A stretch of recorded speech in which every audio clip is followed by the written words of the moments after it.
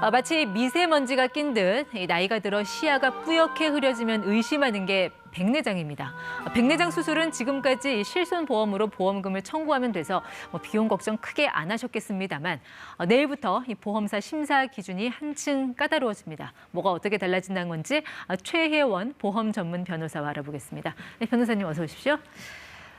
이 중장년층들이 좀 많이 고통스러워하는 그 질환 중에 하나죠. 백내장. 이 백내장 수술이라는 게 어떤 겁니까? 예, 그 나이가 들면은 그 수정체가 네. 혼탁해져서 눈이 잘 안 보입니다. 그래서 이제 기존의 그 수정체를 제거하고 예. 인공 수정체를 교체하는 수술을 합니다. 그래서 이게 소위 말하는 백내장 수술입니다. 그 인공 수정체라는 거는 그러니까 인공 렌즈를 말씀하시는 네, 거죠? 맞습니다. 네. 비용이 얼마 정도 듭니까?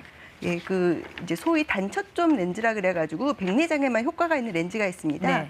그래서 단초점 렌즈는 건강보험이 적용돼서 네. 본인 부담금이 60만 원에서 한 80만 원 정도 생각하시면 되고요. 네. 다음으로 이제 다초점 렌즈로 백내장 수술하는 경우가 있습니다.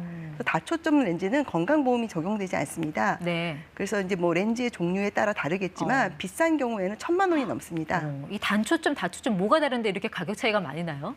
예, 이제 단초점은 이제 백내장의 문제점만 해결을 하는 렌즈고요.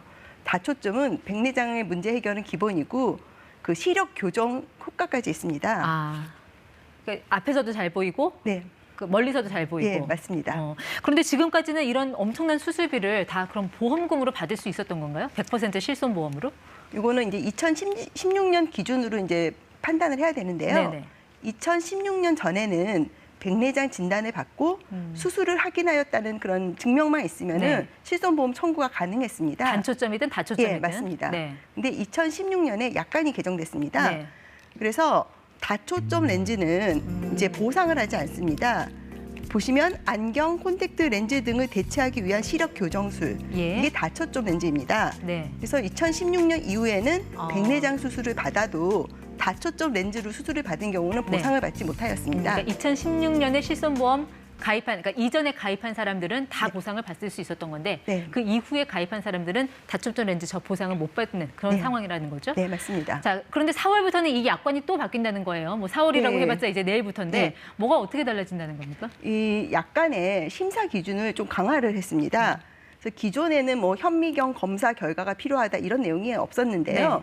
내일부터 바뀌는 약관에는 백내장 수술의 경우에는 세극등 현미경 검사지가 있어야 됩니다. 지금 무슨 검사예요? 예, 이제 세극등 현미경 검사라는 거는 일반 현미경보다 훨씬 고배율의 현미경입니다. 그래서 일반 현미경의 한 10배에서 40배까지 배율이 높아서 이 수정체의 혼탁도를 매우 정확하게 진단을 한다고 합니다. 그러니까 이 사람이 정말 백내장 수술을 꼭 받아야 할 정도로 혼탁한지 아닌지를 더 정밀하게 보겠다라는 거군요. 네, 맞습니다. 그러니까 이제 이게 꼭 있어야 된다. 그리고 또 다른 거는요?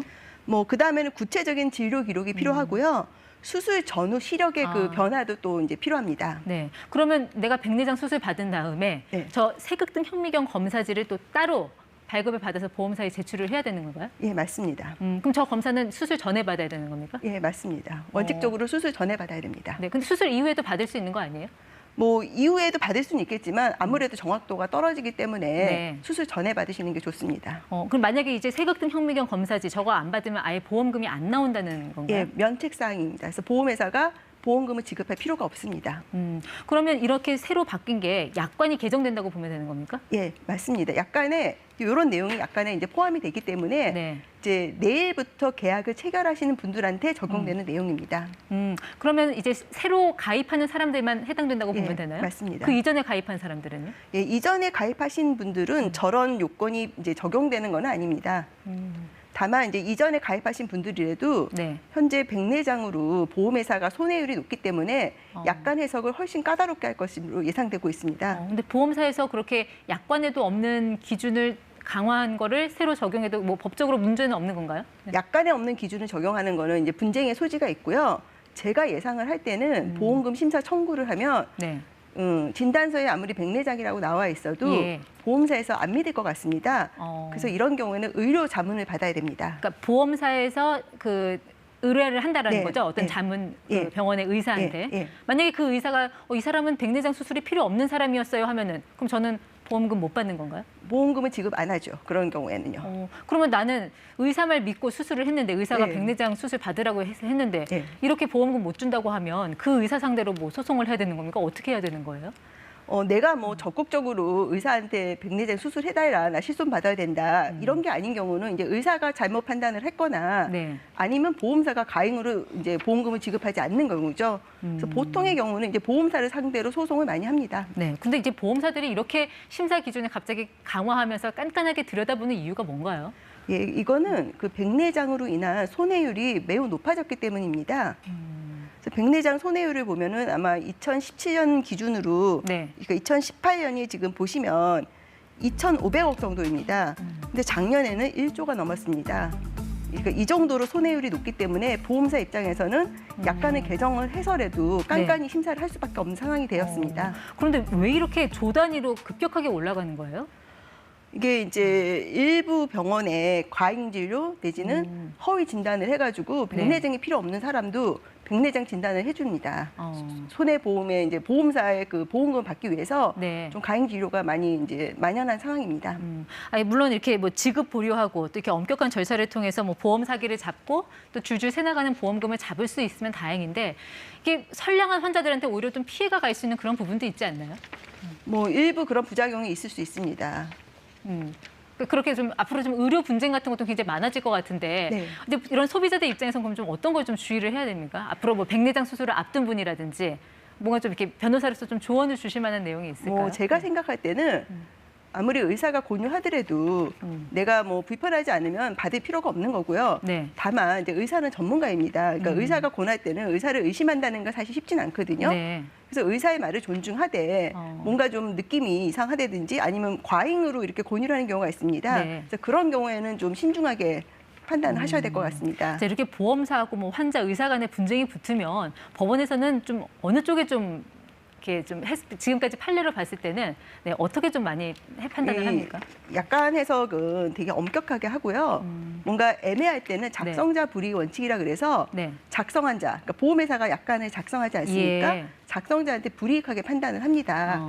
그래서 뭐 꼭 어떤 제가 통계치를 정확히 본 건 아닌데 네. 보험사한테 약간 좀 불리한 경향이 있는 것 같습니다. 아무래도 이제 보험사가 이쪽 분야로는 네, 전문가니까 전문가라는 거를 네. 이제 법원도 아는 거죠.